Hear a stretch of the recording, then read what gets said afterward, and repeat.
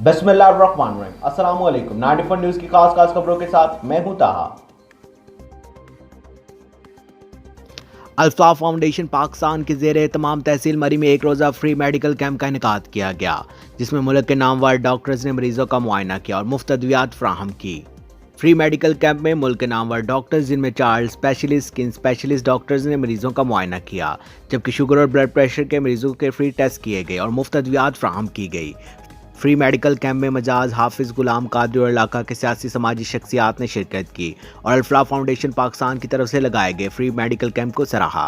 Doctor Adeel Iftikhar Awan ने media से गुफ्तगू करते हुए कहा कि अल्फा फाउंडेशन पाकिस्तान अरसे दराज से मेडिकल कैंप्स का इनेकाद कर रही है। इन फ्री मेडिकल कैंप का मकसद गरीब और मुस्तहिक अफराद को ज़्यादा से ज़्यादा फ़ायदा पहुँचाना है।